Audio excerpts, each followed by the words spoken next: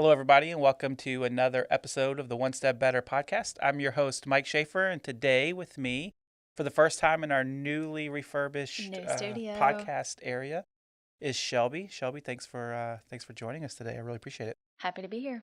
Today is fun because this is your first time up here. Have you seen everything yet? I did get a sneak peek a couple weeks ago. I think right before Christmas, Becky snuck me up here, so I did get to see it. I was very excited about it. Was the space table created Yes, yet? yeah, this was here. I mean, obviously the walls are done. It's pretty awesome. I love it because it's like overly branded. I love all the colors, so I think it's great. A lot of blue and green. Yeah, it's nice to be in here. Yeah, it's a lot easier than doing everything downstairs like we were doing before. So, well, today we're going to talk about something that is fun for some, difficult for others, and hopefully helpful for everybody. So, to get us started, I want you to ask or answer this question. Okay. If you could think of one word to describe difficult conversations, what would it be? One word to describe difficult conversations. I would say stress. Stressed. Yes, stressed is the word I would choose. Why stressed? Well, I think if you're the one that has to initiate a difficult conversation, depending on the type of person you are, I think that there's some level of anxiety and stress building that is causing you to get to the point where you have to have a difficult conversation. And then knowing that you're going to actually have to sit down with somebody and, fight it out, for lack of a better word, can be stressful. And then I think, too, if you're the person that knows it's coming, it's also, am I going to get fired tomorrow? What's the reason? Yeah. You remember when you were a kid and you broke something off of your mom's mantle and you didn't want to tell her, so you tried to. Did you ever do this? Is this just a me thing? No, I've done this way too many times that I care to admit. Yeah. I remember when I was a kid, I broke a rose, like a little glass rose, off my mom's, mantle, her fireplace. We weren't supposed to get up on the fireplace to begin with, but, of course I did, and broke her little rose. I tried to piece it together, and she found it, and she knew it was me because I was the only one that got up on the fireplace. And the whole day you're walking around thinking, all right, is she going to catch me? Is she going to catch me? Yeah, I remember thinking, I'm going to get in big trouble. But I was, it's this stressful, even as a kid, of thinking, we're going to have this conversation. Yeah, no doubt. And possibly a spanking. It's like the whole time, if you ever get called to the principal's office, yeah, they come over the intercom. Hey, I need you to, Mr. Teacher person, I need you to send Mike Schaefer down to the office. Absolutely. And the whole walk you're thinking, or at least I was thinking, what's going on? What's going on? What about you? What word comes to mind? The first word that comes to mind is necessary. Yeah. I would, if it was two words, it would be uncomfortably necessary. Yeah. Difficult conversations held the right way are always with a greater intent and purpose. Sure. Hopefully behind that, and not just, I'm going to go try to be a jerk, and so let's sit down and I'm going to tell you everything you're doing wrong. And that's a difficult conversation for you to have. But for me, that may not be difficult. And that would, that would be a terrible reason to have one. But I think necessary. It's a good word. Nothing good happens without there being some pain involved. Mm-hmm. Whether that is, if you're going to go work out to get that result that you're looking for, you're going to go through some pain to get there. And it's good pain and it's healthy pain, but it's going to hurt.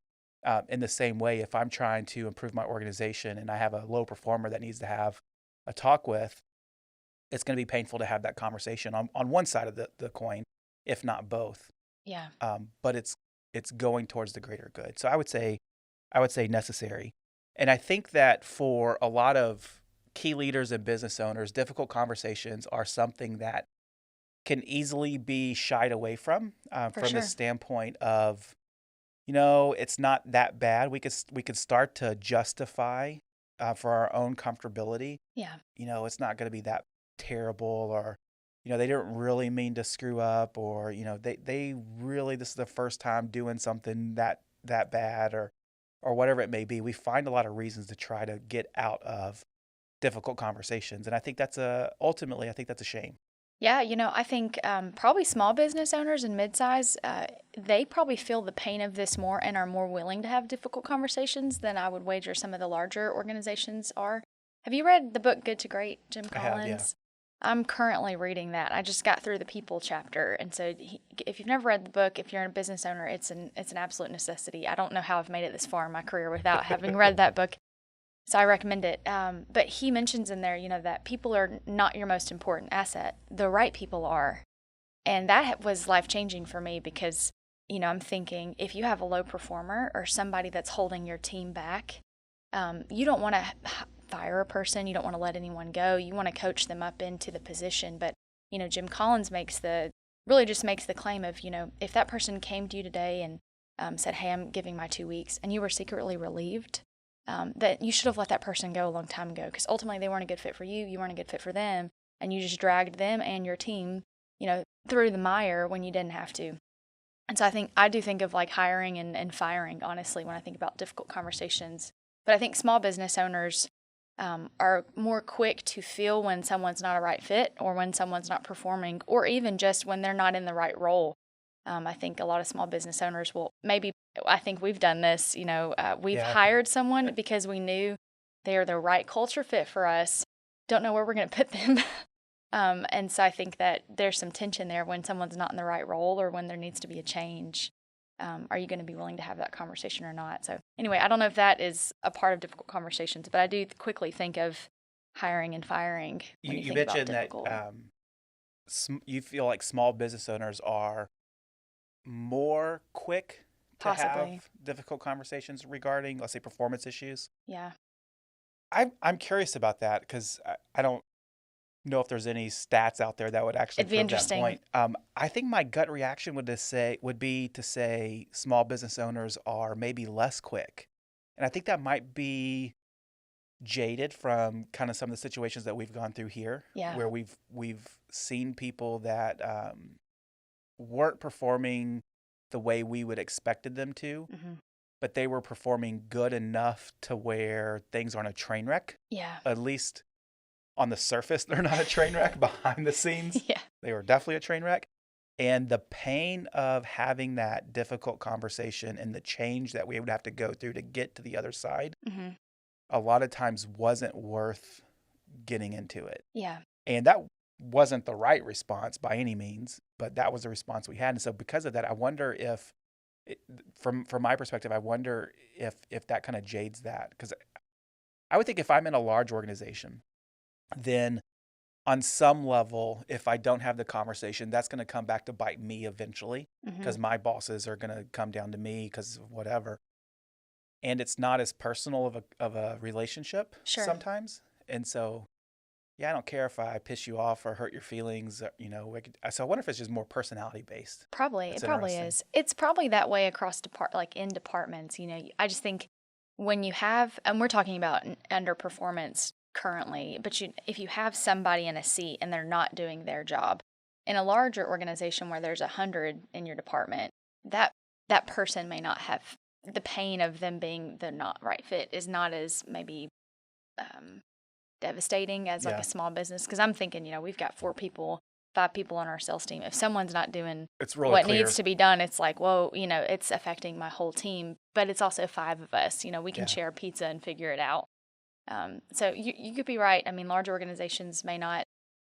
I mean, maybe they do. I don't know. I don't know either. It's a great question. I think that's a good point because in a larger company, it's easier to bury Yeah. bad But performance. also, you could say that a large It's organization didn't curious. get to where they were going Yeah, by not being willing to have difficult yeah, that's conversations. So interesting. That's interesting. Either way, um, for small business owners and their leaders out there, yeah. having the difficult conversation is really important. Hmm.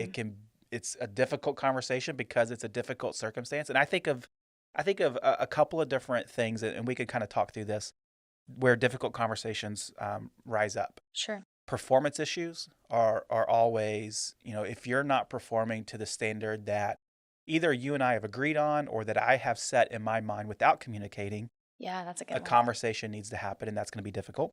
Yep. When that gets to the point of terminating an employee, that termination process is always difficult. If you've ever had to sit down with somebody and actually tell them that their livelihood is being Taken away. terminated, taken Sure. away, that's not an easy thing to have to do.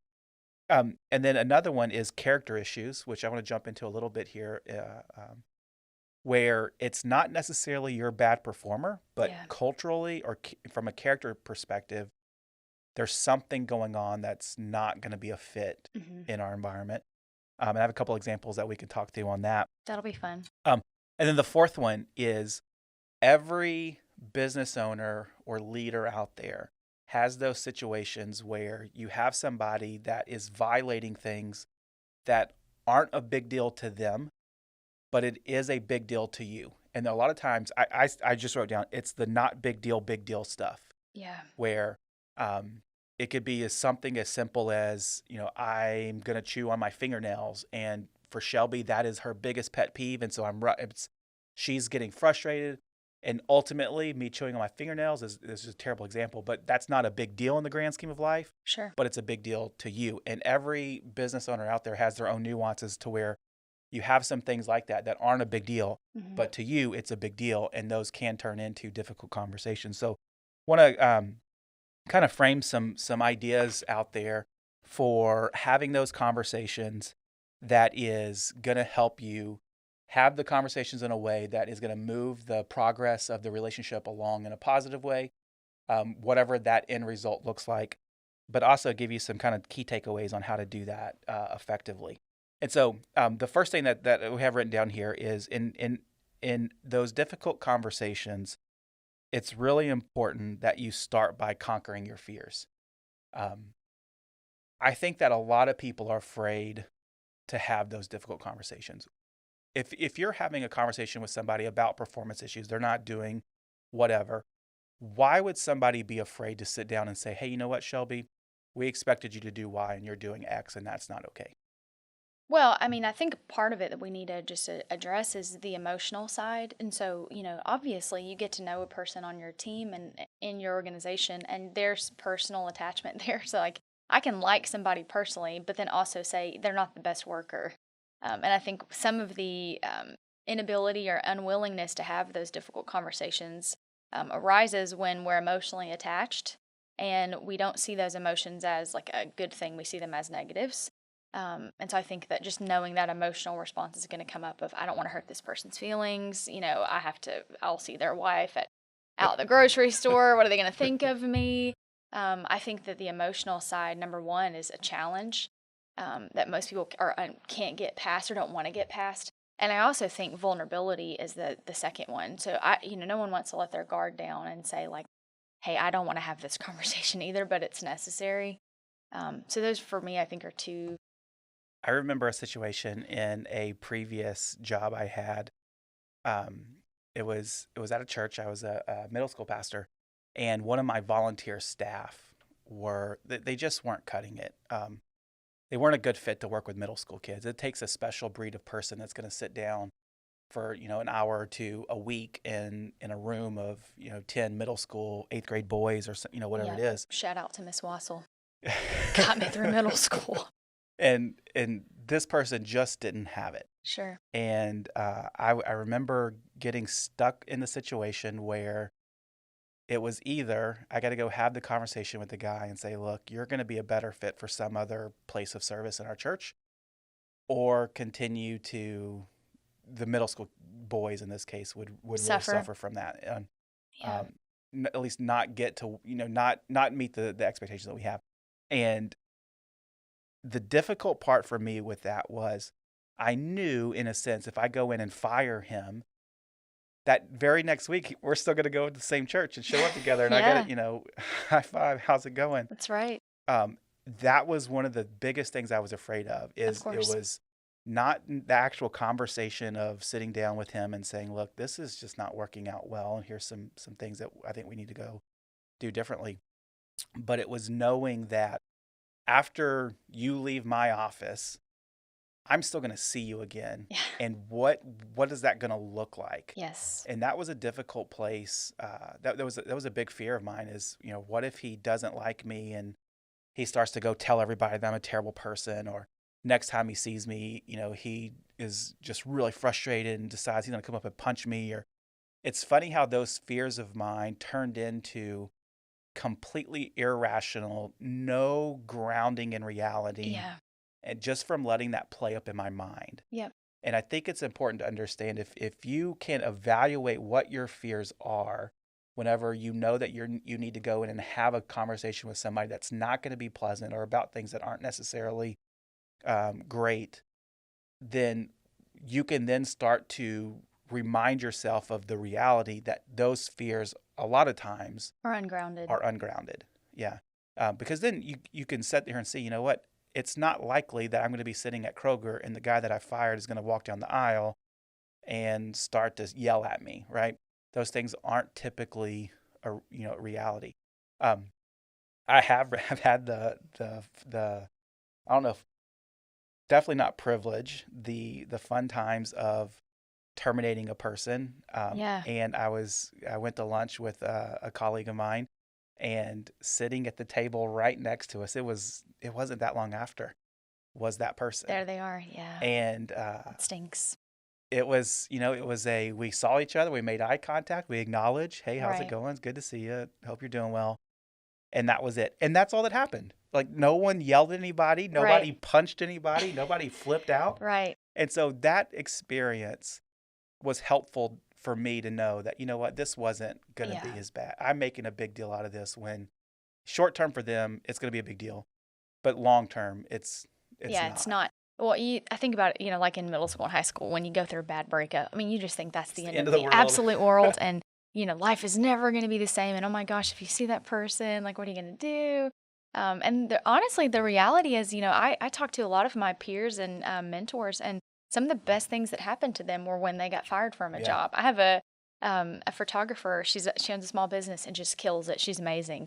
But she just wrote this article, and I just really appreciated it. And she was like, the best thing that ever happened to me was that I got fired from a job I wasn't the right fit for. She was an entrepreneur at heart. She was messing up the business because she wasn't following their culture. And it's because she was bored and she needed to be on her own. And she had just mentioned, had I not had the courage to accept the firing gracefully and say, thank you for letting me work here, and part ways, I would have never started my business. And had her leadership not had the willingness to have that conversation, number one, they would still be with a terrible employee, Yep. and she wouldn't have her business. And so I think there can be really good things that come out of breakups and come out of firing Yeah. and come out of difficult conversations. But I think we're so panicked to get to that spot. It's, as you're saying, evaluating the fear. And is it really rational that the Yeah. person is going to come into my house and, knock on the door and smash a pie in my face? Probably not, Yeah, we hope not. Anyway, if that's a real, If that's it's a real happened to you, send possibility, us the story. yeah, we would love to hear that. We would love to hear that. Yeah. It is, and I think it's. I hear those same stories about, I got fired from my job, and that was the Yeah. launching The pad that I catalyst. needed in order to get to that next level. And those things are absolutely true. Those stories are out there.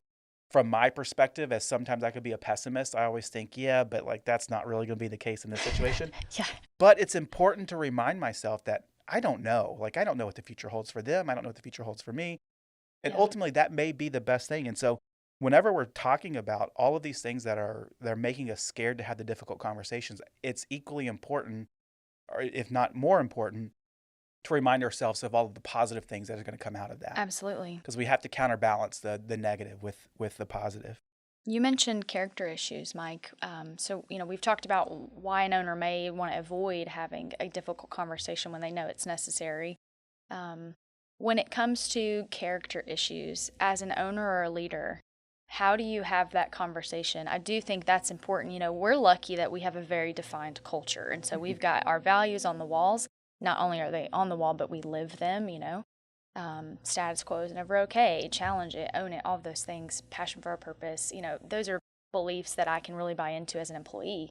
But when you have as an owner or a, second chair leader, when you've got someone who's not fitting in from a character perspective or character flaws, how should a leader approach that conversation? I think it's important to always go into those conversations first with the understanding that it's possible that the person you're talking to has no idea what you're about to bring up is true.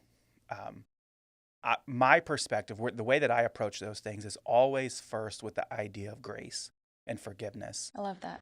Because I don't know, I come from a different background. I come from a different upbringing. I come from a different, everything from the person I'm talking to. And so my perspective is different than their perspective. Yeah.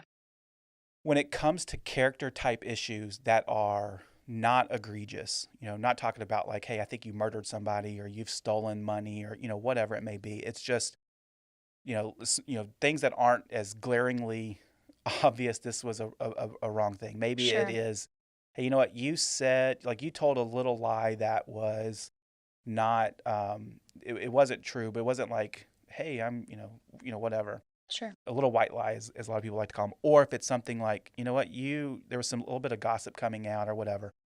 I want to approach those from the standpoint of, you may not have realized what you did was wrong. And so I don't want to come in full guns, put you Hmm. on blast, and just go straight to it. But I do want to be very clear and direct in my conversation. Yeah. And so I want to be able to say, hey, Shelby, it has come to my attention that you said Becky was, I don't know, that she was stealing all of our paper clips.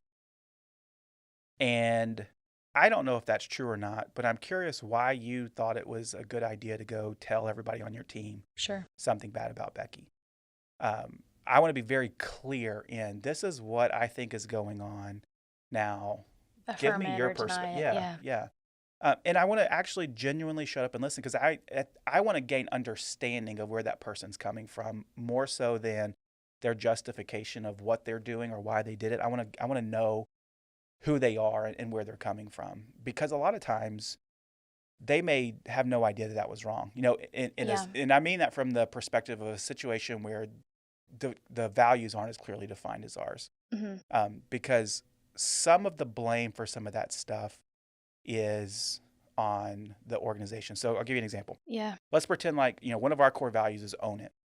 In our world, that means if a problem is brought to you, it's your job to find resolution. That doesn't mean you necessarily, solve the problem, but that you're going to be the quarterback to get the problem solved.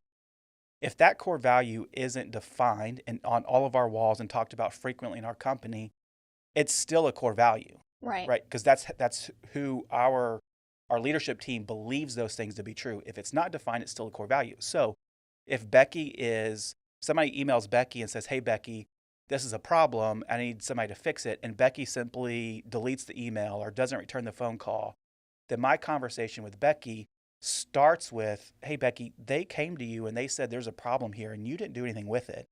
That's not okay. But Becky may turn around and say, and I've had in a different way this happened to me, where they turn around and say, I didn't realize that It was an was issue. an issue. Or what I've had an issue with is, because security is a big deal, so we don't talk to people who aren't Authorized authorized contacts. in our Right. world. And so I've had the person come around and say, that person wasn't Yeah. allowed to talk to us. I wasn't allowed to communicate with them. Sure. And so that pointed out a different issue. And so I don't ever want to just walk in and say, hey, Becky, you dropped the ball here. You screwed this up, and you need to fix it, because then I lose the perspective of actually what's going on. So I hear you saying being clear and direct is important, but I also hear you saying that as an owner or a manager, anyone that's having the difficult conversation, it's also important to clarify to the person that you're having that conversation with of, is this actually true or is this the case? I want Gain to their give the benefit of the perspective. doubt. Yeah, Yeah. that's important because, you know, I can say for sure there's been times where something has happened in the heat of the moment. I made a mistake or I did something I shouldn't have done.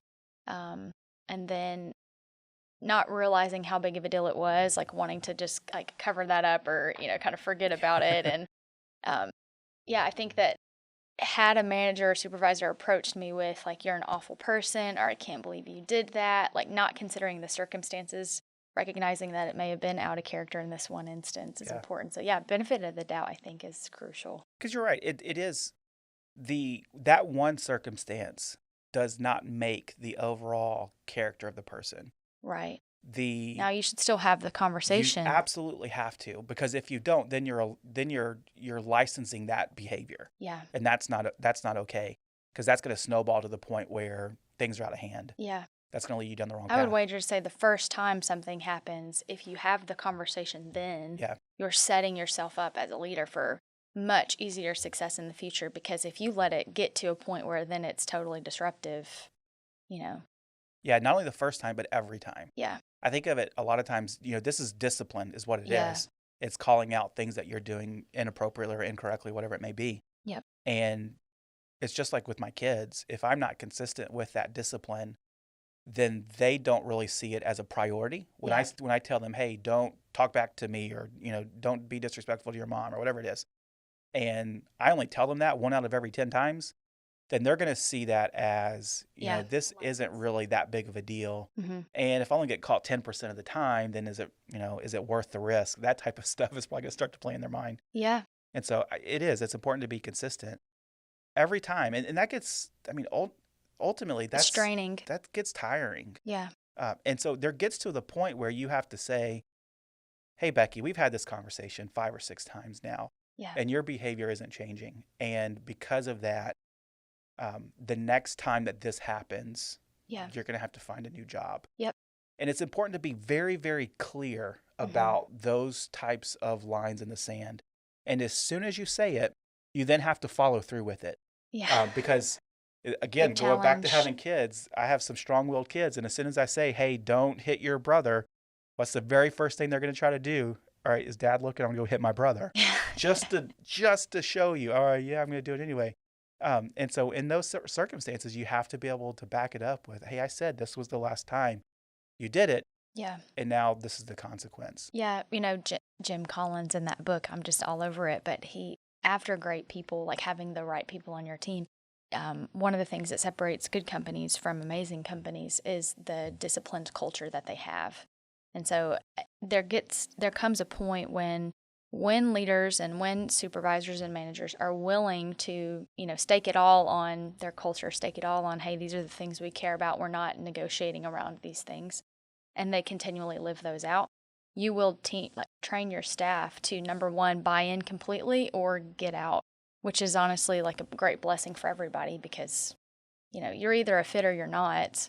And I think that communicating that clearly, if you have to do it one time or you have to do it 20 times, is ultimately going to save you in the long run of all of that headache and heartache of, getting in a situation where there's this huge disaster on your plate or this huge big problem with the staffer. I also think, too, in terms of not being willing to have difficult conversations, owners and leaders need to consider what that's going to cost them in the long run.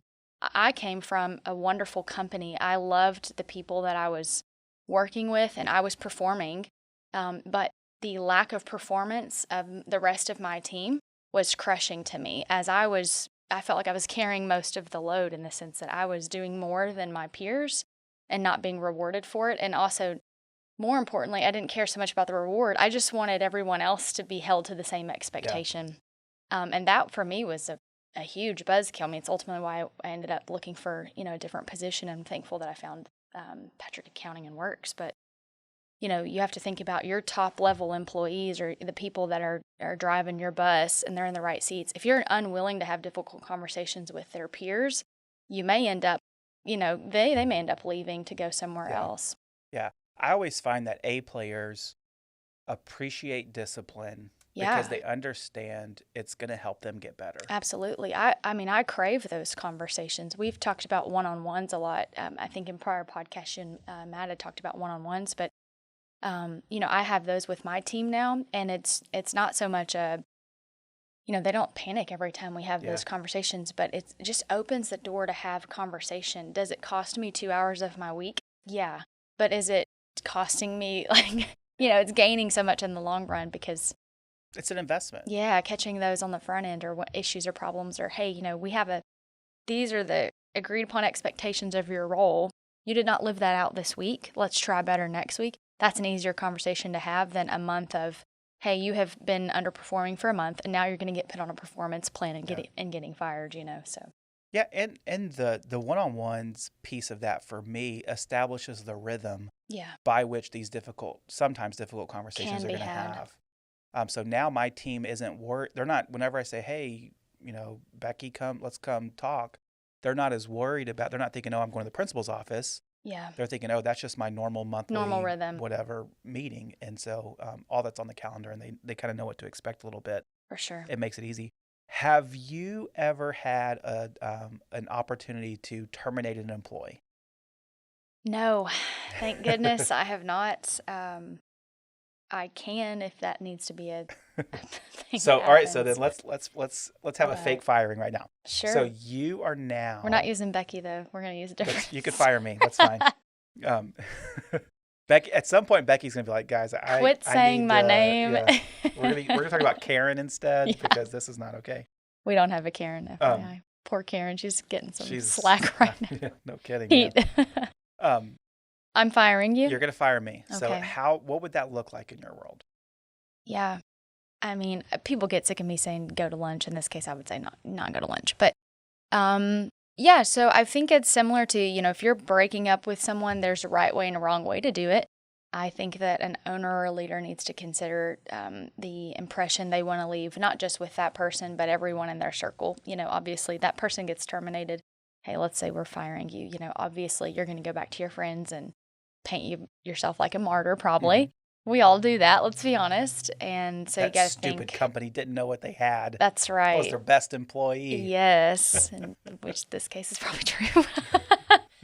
But I think first, I would say if you feel, again, if you know this is not the right fit, I would probably wait a day. So just like don't do it in the heat of the moment or the anger. So if that person has done something that is completely crazy and, I don't know if it's something that's worth firing on the spot. I'm sure there's an instance in which that makes a lot of sense. But I would probably say just like give it 24 hours. So get past the emotional side. I would say probably practice it, maybe just in the mirror or say it to somebody else, to kind of get a good feel. But past that, I hold with, clear, direct, and short and simple. So it's not over lunch. It's call them into the office and, hey, this is what happens. This is why we can't tolerate it. And I'm sorry, but, you're going to have to go. Now, I think if there is a possibility of the owner or leader, directing them in a different job, I mean, anything you can do to make their exit peaceful, I think that's going above and beyond what, you're required to do. But I think at a minimum, if you need to fire someone, again, wait for, just wait a day. Don't wait forever. Just wait a day to get out of the emotions. But then just make it brief and short, and it doesn't have to be complicated. But I do think it needs to be face-to-face if possible. At a minimum, if you're remote, of course, over Zoom, don't make it a text message or an email or a phone call. And then just I think this is also important for small business owners, but if you're cutting someone off, they need to be completely cut off. And so if you need to replace a skill set, they can't fill in the gap in the meantime. Yeah. So if you've got to fire someone, you've got to understand you're letting them and their skill set go out the door. Does that answer your question? Yeah, if you didn't fire me, though. Mike, it's time to go. Get out. Here's your list. You've got some keys and a credit card. We've turned it off so you can't use it. Just leave it at the door. I'm going to try to go spend all the money on everything. Yeah. If you've never fired anybody ever before, my encouragement to you would be to script it. Write it down exactly how the conversation's going to go, word for word, from the things that are going to come out your mouth. Because what you'll find is, as you get into the conversation, and I say, hey, Shelby, it's never fun to have these conversations, but I just want to let you know that we're going to be terminating you effective, January 31st. Today. In an hour. And so I really appreciate the things that you've done, and you're really a great employee, and I hate to do it. And then I start to I'm just talking. Yeah. That normally happens. So what did I just say? You're fired and you're a great employee. Right. Right? That doesn't bode well. That doesn't communicate clarity. And so script the conversation, direct to the point. You're terminated. Your last day is X. I'm going to pay you through Y. Mm-hmm. Here are your next steps. Yeah. If you've never terminated somebody before, do not allow that conversation to go more than 5 minutes. Agreed. And I do think, as a small business or a midsize, you do have some resources. And so if you are concerned, Greg Henderson on our staff is a great resource. We do with our HRO clients, they do have some, they call and they say, hey, I just let someone go. And he's like, you can't do that. That's illegal. And so, I think as a small business, if they're not culture fit or it's a character flaw, feel free to pick up the phone and call an HR expert and say, hey, how should I have this conversation? I want to be, there's some legal compliance that goes into that of just making sure that as an owner, you're doing it in a way that is upholding the laws that we have in place and also doing what's right for your company. Having somebody to coach you through that conversation is really helpful. I bet, yeah. Because they can role play that with you. For sure. And they could take on the persona of, I'm going to be a disgruntled person that's ready to blow up. Yeah. Or I can, it's awkward not, that's obviously, if you have a disgruntled employee, that's a different story. But Sure. it's really awkward that first time that you term somebody and they just break down crying in your Yeah. office, and then they start to share their life story of difficulties. Right. Because as a person, a lot of times your reaction is, Well, normal. You what feel have I bad. done? Yeah. Like, this Of course. is a terrible thing. Yep. And I've seen it happen to where that turns into backtracking. Oh, Yeah. well, maybe we don't need to term you. Maybe once you get to the point where I'm going to term you, it's not a over. It's done. negotiation. Yeah, agreed. At that point, it's not, hey, we're thinking about terming you. What do Yeah. you think about that? That conversation this Yeah. is your last day. Correct. And you can get into this is why we're at this point. Depending upon your state and different rules, you have to be careful what you say and how you say it. But I believe in direct to the point. These are the next steps. Yeah. And I need you to leave Yep. now, or whatever it is. And I'm thinking about this. I'm thinking out loud here, but I also think if you are an owner, let's say you're terrified of confrontation, you're not probably going to get very far if you're an owner and you're scared to have a conversation. But I will say, part of recognizing your gifts and your weaknesses is if you're not talented or skilled enough to, like, if you're sweating bullets and you're going to cry in a conversation, Yeah. I think a part of recruiting people into your leadership team is, having a key person who's one of your leaders that you trust, that you can say, hey, I'm delegating this to you. This is easier for you than for me, so that's go for right. it. But I think that, that's a part of owning your own business is, hey, it's your business. And so I think if like if you're one of those owners, you're like, I hate having these conversations, I panic about it, like I get sick, I throw up beforehand. Because I've read those horror stories, or someone who just like their whole inside is just completely in knots. Keep in mind, you can hire someone That's to right. fire people for you That's true. This is very true. or have difficult conversations for you.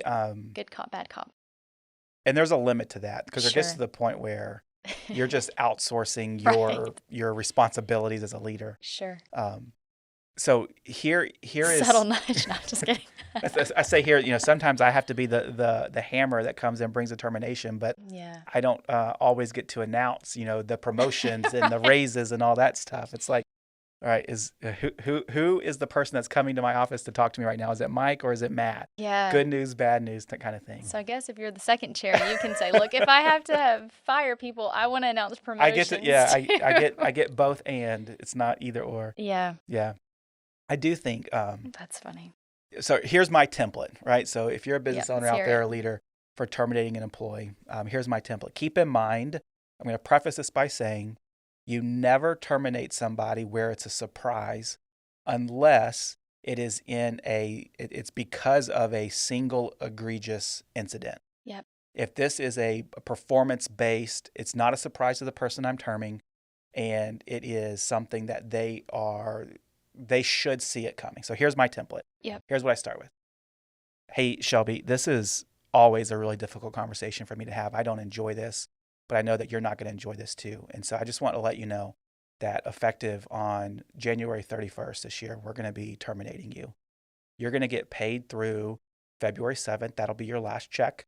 But at that point in time, you're not going to receive any other, checks from us. And so, we just want to let you know that. Well, if you're letting me go, I'm quitting today.